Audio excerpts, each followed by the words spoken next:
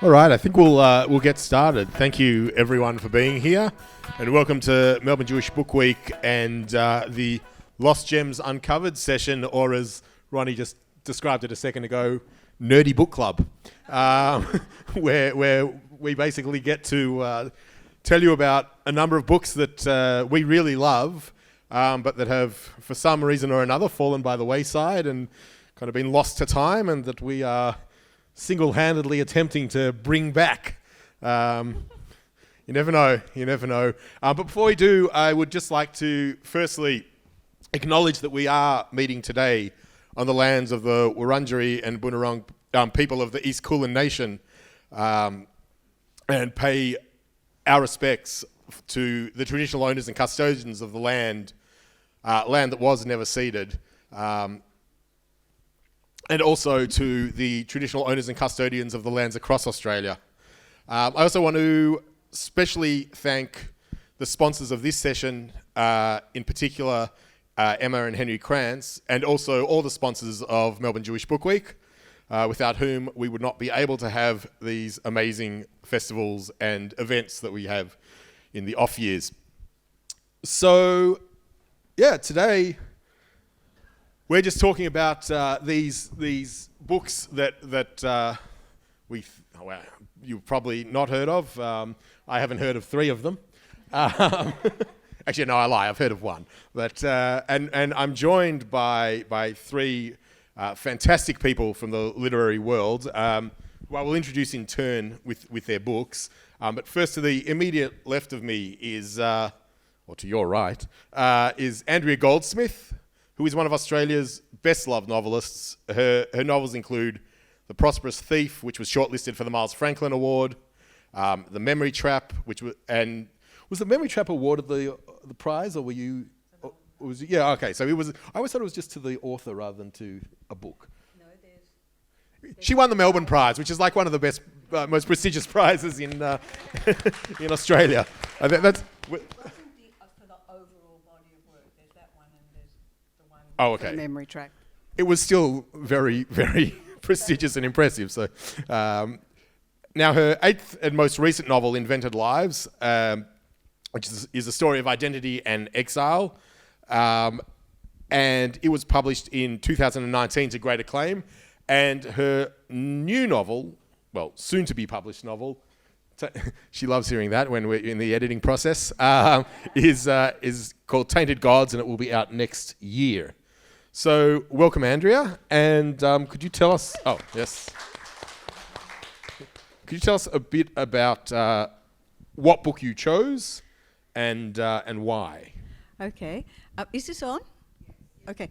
I chose Grace Paley, an American short story writer who will be known to people of a certain age because she was de rigueur to read during the 1970s. Grace Paley was born in 1922 in America to Russian-born parents who came to America like so many people after the 1905 revolution. I immediately, in thinking about who I wanted to do, I immediately went to that group of post-immigrant American writers who had such a huge influence on American literary life, and more particularly American intellectual life. Anyway, I happened on Grace Paley. She wrote 3 volumes of short stories, and she was an activist as well as a writer. She married, she had 2 children. She was a socialist. When asked where was the novel that everybody expected of her, she said that novels are very long and life is very short. She lived until she was 85 and was considered by her peers, and I'm thinking here of the big boys like Philip Roth, as one of the best stylists of the day. And indeed she was. Her stories go from 2 pages to many, many more pages. I think that she is absolutely ripe for a resurgence, that the short story can be fitted in between checking your Facebook and sending a tweet. That's funny, you know, because she's the one that I did know of the ones that the other panelists will be talking about. And the reason I know of her is because I once went into a bookstore and I just said to the bookseller, "Tell me someone who's great that I've never heard of." And she said, "You don't know Grace Paley, do you?" And I kind of sheepishly, because I like to think I know everything, said no. And she said, "Pick up this." And it was The Collected. And she's quite an incredible writer. Like, she's really a writer's writer as well. Like, she's one of those people that anyone who has read her and is a writer kind of is a bit in awe of, I think. Well, she has the most gorgeous expressions, absolutely stunning.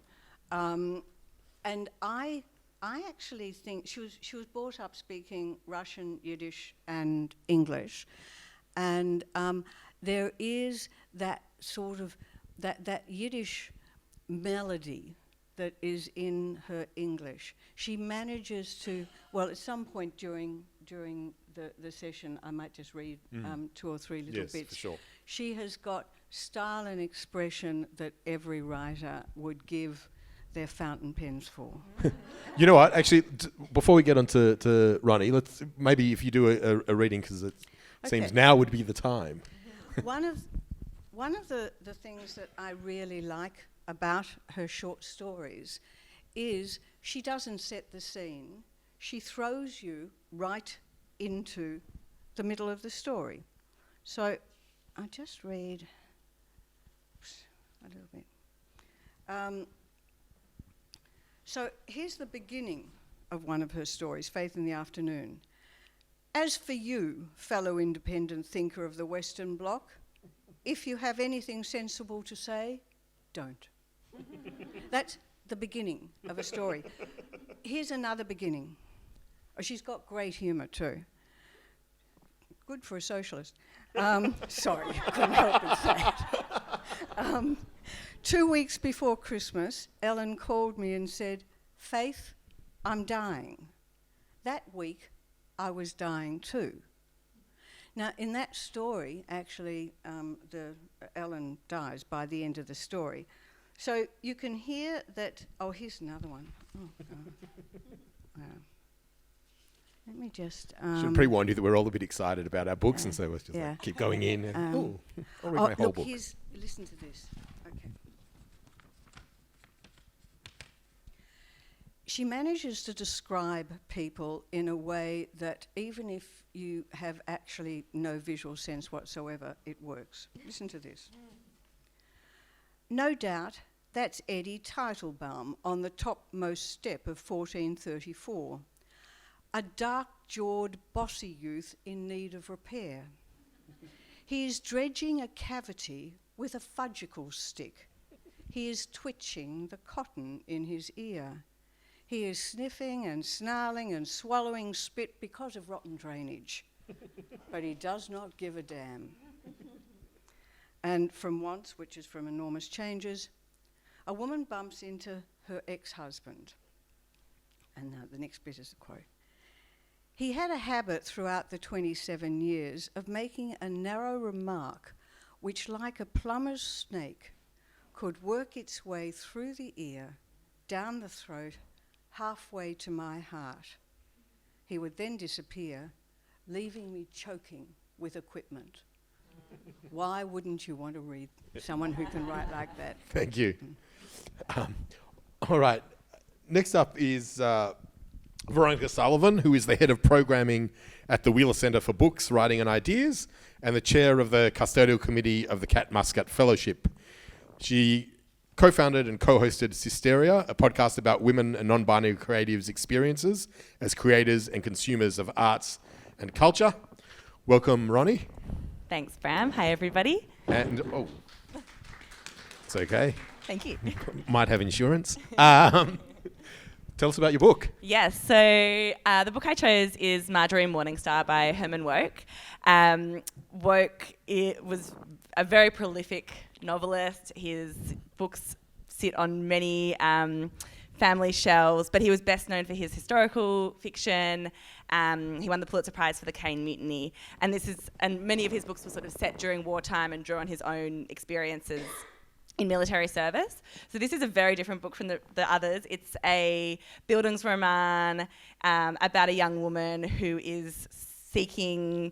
She wants to be an actress. She's an aspiring actress, and she's also looking for love. It's a romance. It's about this incredible young woman who's kind of ambitious and starry-eyed and quite driven and quite ferocious in many ways as she's seeking these things. And the two poles that drive her life are this ambition and desire for fame. And she knows that she's talented. People tell her that she's talented. So acting is her vocation and something that she really sees as her destiny. But equally strongly in her life is a desire for love and a desire to love and be loved and to kind of find her great romance. It was published in 1953 and it's set in the 30s in New York primarily, across about a decade in Marjorie's life.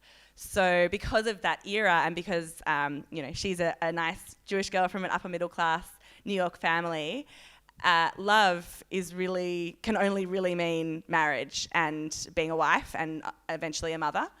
And so there's a sort of tension that I find really interesting between that ambition to be famous and to be as her own figure to succeed, but also this desire for love, which it never really can be anything other than marriage and a subsumation to some degree of identity within that framework. So that's a little bit of an oversimplification, but part of the reason that I was really keen to select this book is that it's been described as a proto-feminist work, and I'm always very interested in that label. Probably, most famously appended to Jane Eyre, debatably so, because when we call things proto-feminist and suggest that they are in some way aligned with an ideology that was nascent or non-existent at the time that they were written, I think it's more interesting to think about what we're bringing as contemporary readers and what lens we're applying than necessarily what the intent the writer was writing with. And I would say that Wouk would not have called himself a feminist, but it is a really amazing experience to read a book that is so centred on the ambitions and the dreams of a young woman at a really interesting time. So I love this book. It's a melodrama as well. It's incredibly readable. Wouk also wrote a lot of plays, and it's got this really snappy dialogue, which I might read a little bit of, if that's all right. There are so many things to love about it, but also some really interesting aspects. The humour that I mentioned is one thing where there are some really amazing family scenes. There's a family Seder where Marjorie's mother has somehow manipulated to have her current boyfriend and his parents attend the Morgenstern's family Seder, and it's just a total farce and everything goes wrong and they leave kind of horrified, but the dialogue and the kind of back and forth and the cinematic qualities of it are wonderful, as is her younger brother's bar mitzvah, where she again ends up seated with the guy that she's been kind of flirting with and his parents at the same table, and things go terribly wrong. So there's a lot to love. I might read a bit Before of it. you do, two things. Firstly, the last description sounds like there's going to be an Adam Sandler movie of it at some point. Do you think that had it not been written by him, it would have endured more? In the sense that, people reading him, I think for the most part, expected a very particular type of book. And it sounds like, it's very readable. It sounds, enjoyable. And I just wonder whether the fact that it's his, weird gimp child locked in the attic is because it's so different to what people mostly knew him for. That's such an interesting question. And look, I think it was very well received. It was adapted for film, starring Natalie Wood. it's still kind of if you're looking at, articles about woke, it's often in the sort of 4 or 5 titles that are mentioned alongside his name. But it's not, I think it probably, as a result, it's read like the other ones, though. Yeah, it's not, and I think that's probably partly because it is about a woman, and that's probably speaks to it's almost domestic fiction, I suppose, in that it's just one character's life, and it's not these grand sweeping historical events. But I think, I also think there's a real dearth of kind of a lot of 1950s fiction is kind of forgotten and not seen as very trendy. So I don't know that it would have been that much different if it was a different writer necessarily. Although it might have been a different book and maybe better in some ways. Thank you. Why do you think, after his grand historical narratives, why do you think he chose to write this one, which I think is his best? I think I'm not an expert on woke, but a few things that I've read about it which I found really interesting. There's an essay which really takes to task, I think it's in Lilith, really takes to task woke for his conservatism, which we were speaking about previously. And without giving any spoilers, there is a real sense of okay, there's this young, good Jewish girl who is kind of flirting with this bohemian world, but, preserving her virginity, metaphorically and literally, while kind of entering those spaces. And ultimately, let's just say that she doesn't necessarily depart that far from the path that her family and community might want her to pursue, although she has many amazing kind of detours en route. So I do feel like maybe there's a sense of affirming womanhood and Jewish womanhood, and that might have been a guiding force for woke. In which case, I think it's quite impressive that it is such an adventurous book, and it doesn't feel... It's didactic in his perspective, but not in Marjorie's perspective. So there are things that she's following in terms of that exploration of creative life and of ambition and of things on her own terms. But there is this kind of overarching sense of what is acceptable for a woman of her era. It's got a really sad ending. The ending, I kind of hate the ending. Yeah, spoiler alert. Do you want to give us a bit of a reading? I'd love to read. So it's just a paragraph or two, and this takes place when she's about 20. She is accepted to work at an acting camp for a summer, and this acting camp is where sort of semi-professional actors go and put on plays and productions each night, and rich people come and eat dinner and enjoy dinner and a show. And the camp itself, where the actors stay, is quite debauched, and there's a lot of affairs going on, and premarital sex or extramarital affairs. And her mum calls it Sodom. She's devastated that Marjorie's going to this camp, which is called Southwind. And while she's there, she falls in love with the very charming but quite reckless and dissolute acting director. He's the kind of the very talented guy who's very he's really her great love for the bulk of the book. And this is just a conversation where he's speaking to her about kind of sexual mores, and I think it reveals a lot about the context, and also gives you a sense of the kind of snappiness of the dialogue. Oh God, have I lost it? There it is. Okay. So Margie says to Noel, who's her boo, "You're much too callous and contemptuous about the whole thing." And he says, "Look, Margie, there's one fact you'd better face. Sex exists. People not only eat, drink, and breathe, they mate.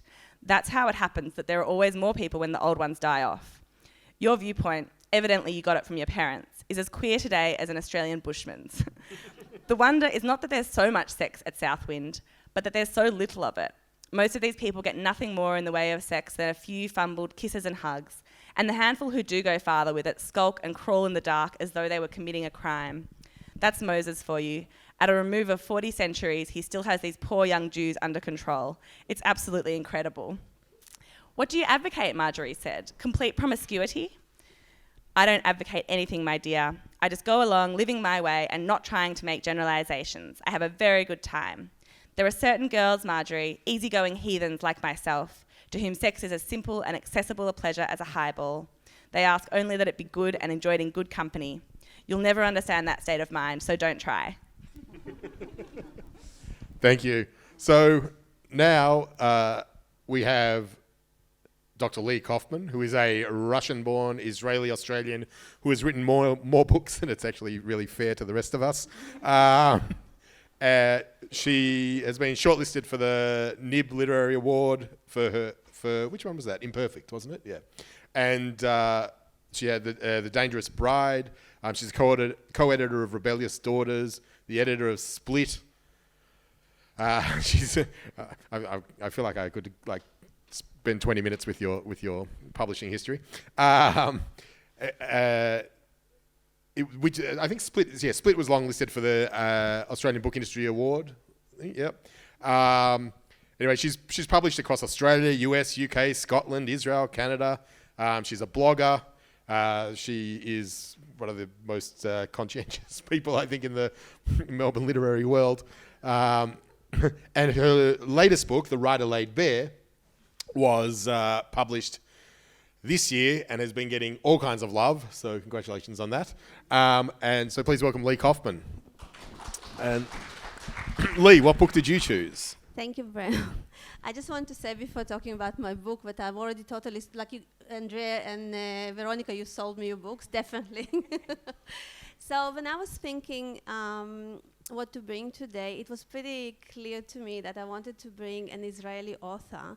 And this is because I feel that, Israel is teeming with exciting literary happenings and writings, but I think when I look abroad, there's only a few recurring authors who we sort of talk about: Amos Oz, Edgar Cayce, David Grossman. Don't misunderstand me, I think they're all good, but in their own ways. But I just think there's so much more.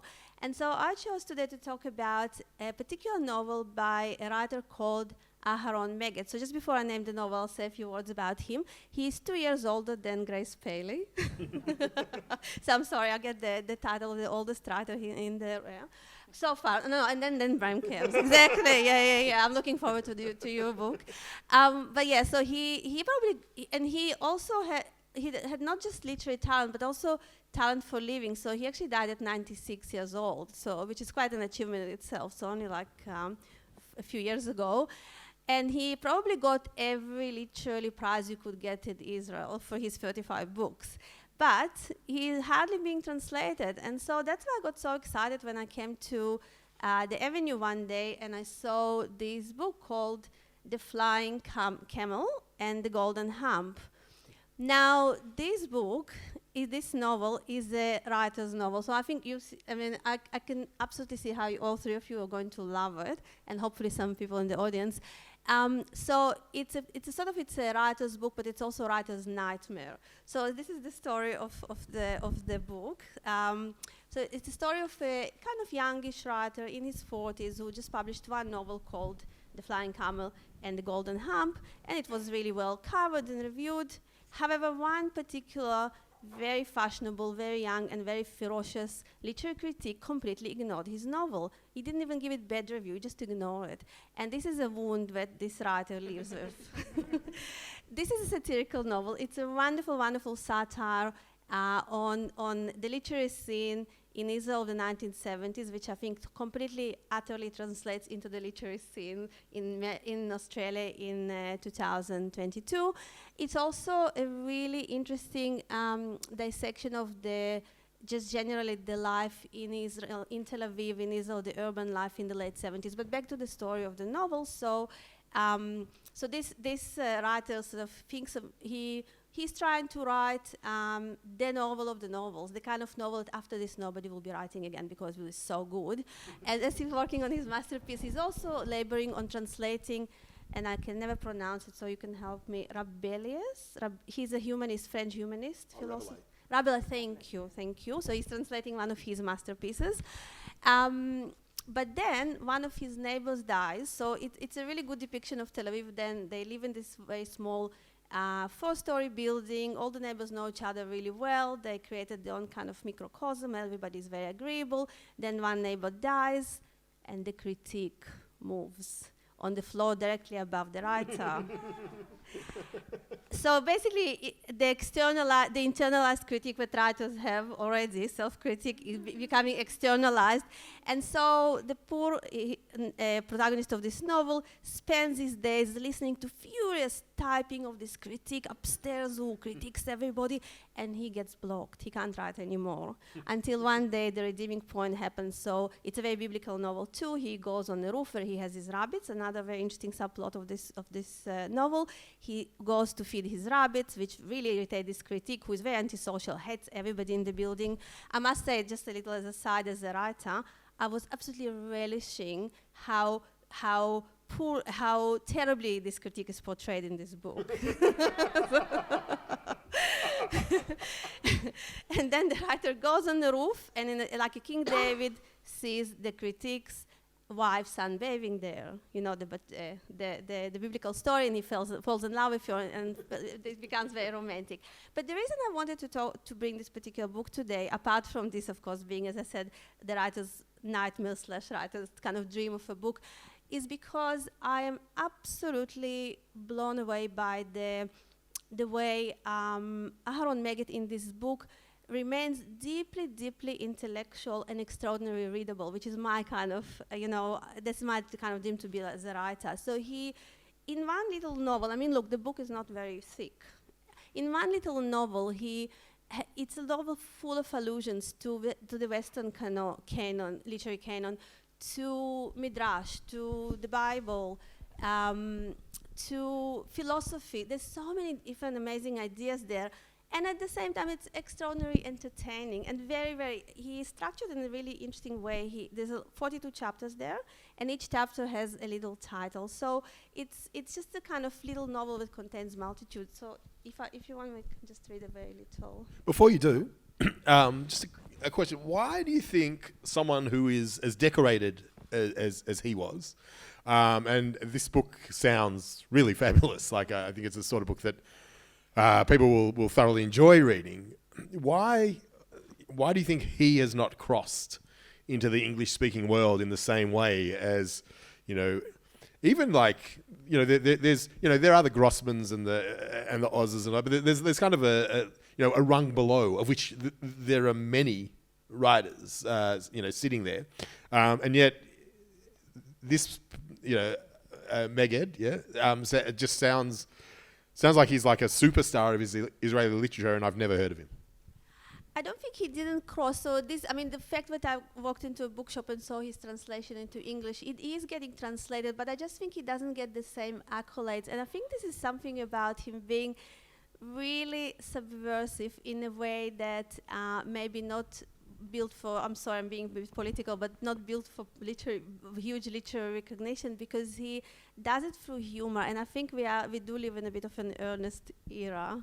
And I think, and he's a natural born satirist, which to me is the highest form of wisdom. But I think something about that probably stopped. It's just my hunch. So okay, would you like to read a little?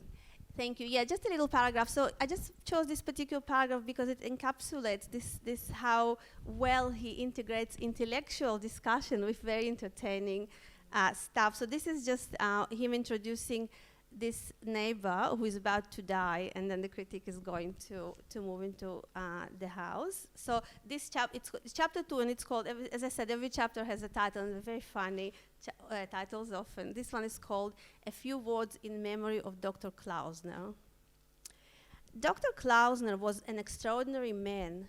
He was like one of those Russian landowners in Chekhov, upon whose faces rests the soft splendor of an autumn sunset. I mean, how is that for description? However, his great love was Dostoevsky. When he went up or down the stairs, his step was muffled, as if he were taking care not to be heard, not to disturb. In his apartment, where he had lived alone for the 12 years following the death of his wife, complete silence reigned. He would meet me sometimes as I was leaving my apartment, or as I was going in, stop for a few moments and ask me what was new in literature, whether any interesting books had been published. And as I answered them, he would smile sadly, as if to say, yes, but what's that worth compared to Dostoevsky? Thank you. All right, so my book, okay, what year was Meged born, did you say? 1930. Yes, 1909. Hit us. So my book is a book called Gentleman Overboard by Herbert Clyde Lewis. And it was published in 1937. Herbert Clyde Lewis was kind of quite a sad, his stories, it's sad. Like he was kind of a journalist, a writer, and he published this novel, and it had, moderate success, but sort of disappeared, and continued to try publishing more novels, but at the same time he was also trying to get in on kind of Hollywood, and he had some scripts accepted, and he flew over across, and then but then the productions failed, and he had it was like a life of disappointments. He was married, he had a couple of kids, and but he was always chasing his kind of dream, and he ended up dying in a New York hotel at the age of 41, and it's unclear whether it was officially recorded as a heart attack, but there's considerable speculation that he suicided. But this book is, I think, I only actually discovered it about a month ago, funnily enough, and it's one of the best books I've read in years. It was rediscovered. There's a Twitter handle, if anyone's on Twitter, called Neglected Books, and this guy basically just finds books that have completely disappeared and convinces publishers to publish them. And the publisher is Boiler House Books, and they're starting a series called Recovered Books. Anyway, so this is the story of a guy called Henry Preston Standish, who is a very proper New York gentleman, married with 2 kids. He's the partner in a Wall Street bank. He's a respectable and respected member of all the right clubs. Very exactly what society wants of a fine gentleman. And on a whim, he decides to go on a boat cruise to travel from New York to California and then on to Hawaii. And after Hawaii, he decides to catch a freighter back to Panama. He's quite enjoyed this. His poor wife is at home, like despairing him continuing to disappear. And then one early morning, he goes out walking on the deck of this freighter. I think there's only about 6 or 8 other passengers. They're all asleep. He walks on the deck, slips on a little oil slick, and falls overboard. And this all happens in the first couple of pages. And thus sort of begins the smartest, wittiest, and most enjoyable book that I've read this year, which on the surface is like kind of a comedy of manners, in which Henry is too proper, too bound by what he feels are the expectations of a gentleman, and too insulted by what's happened to him to actually really do anything to save himself. It's also like a work of amazing existential philosophical insight, which challenges the mores themselves and interrogates their essential worth. We get a glimpse of the other characters. We get a glimpse of his wife. We get a glimpse of the other people on the boat who take a few days to even notice that he's disappeared.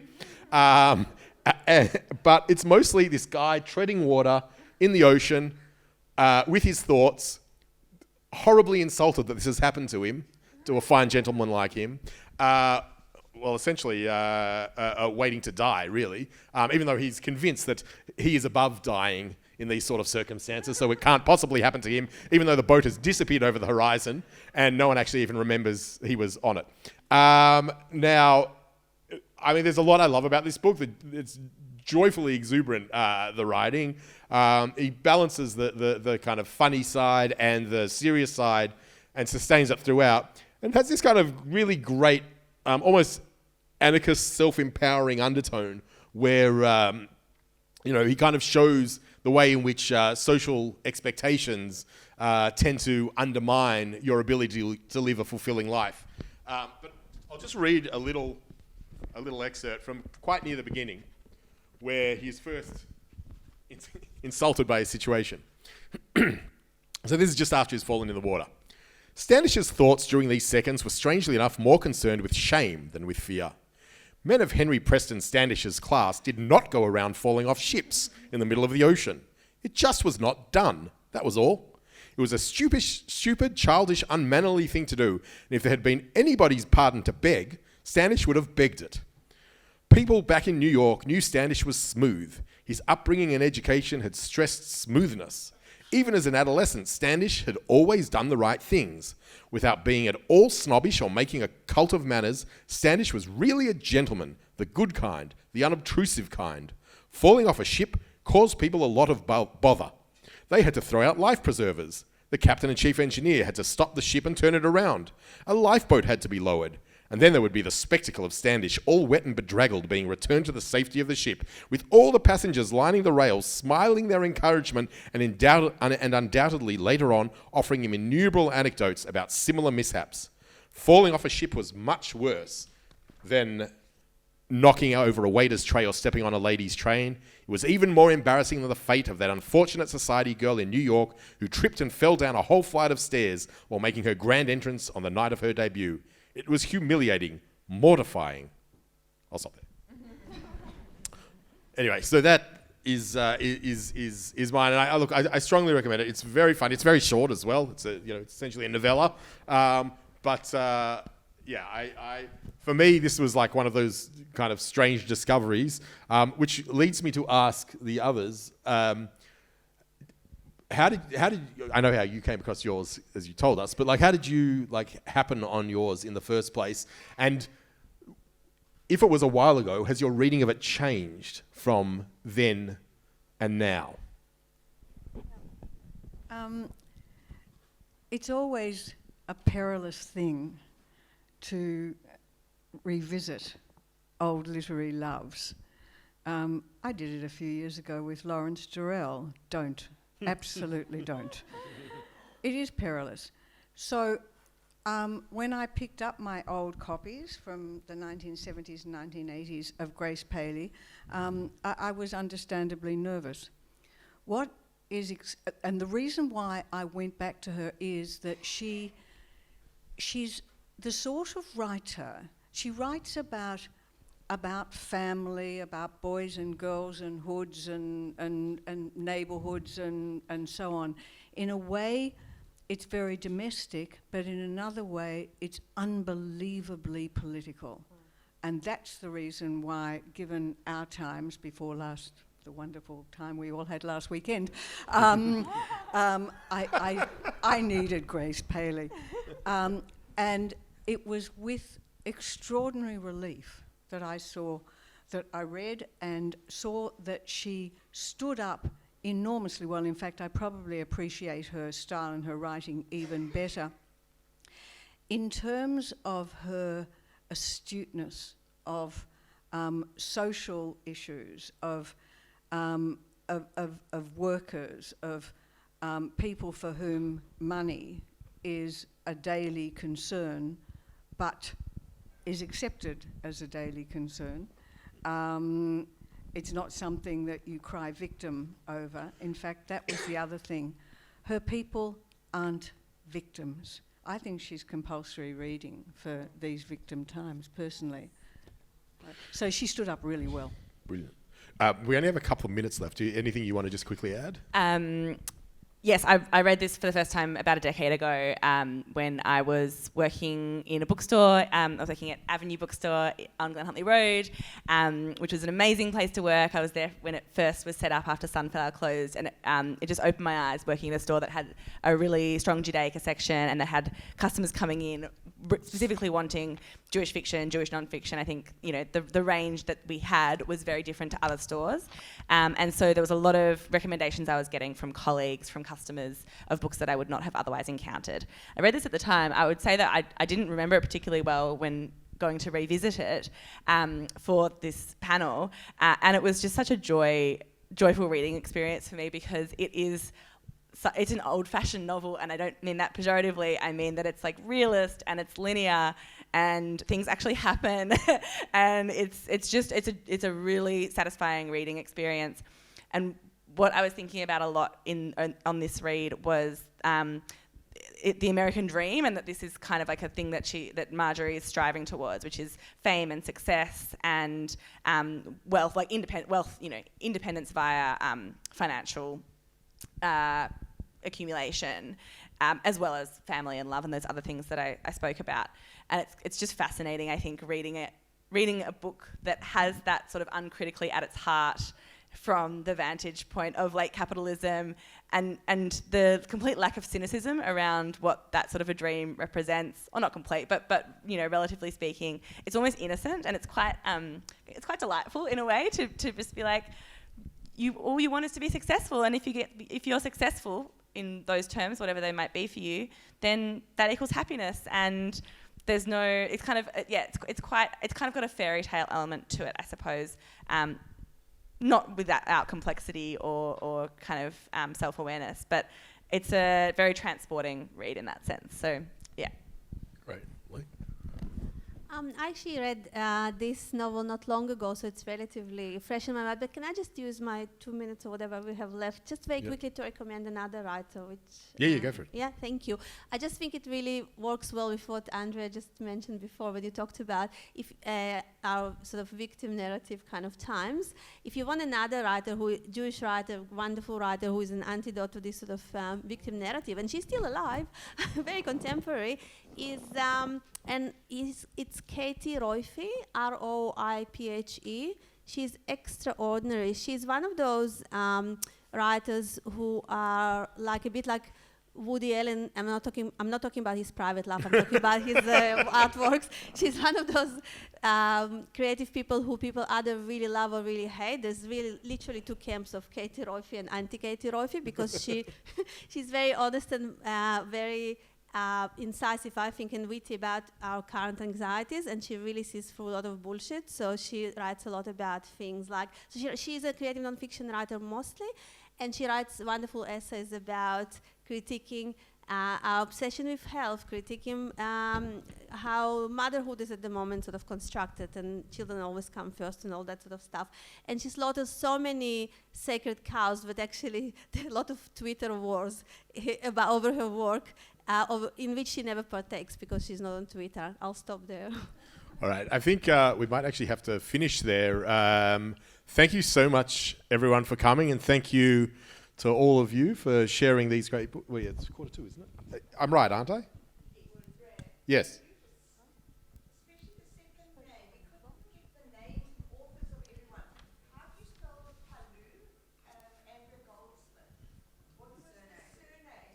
Paley, P-A-L-E-Y. Yes.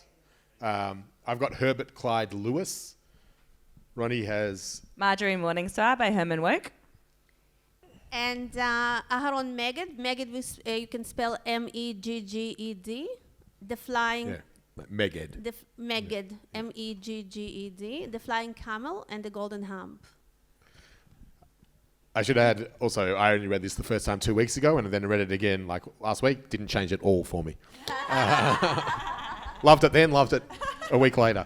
All right, so thank you, everyone, to Andrea, to Veronica, to Lee, and to all of you, and to Melbourne Jewish Book Week. And enjoy the rest of the... Thank you. Yeah, thanks, Bram. And enjoy the rest of the festival. Thanks, everyone. And I'm sure if you've got any questions, we'd all love to answer them. We just ran out of time to do it on a microphone.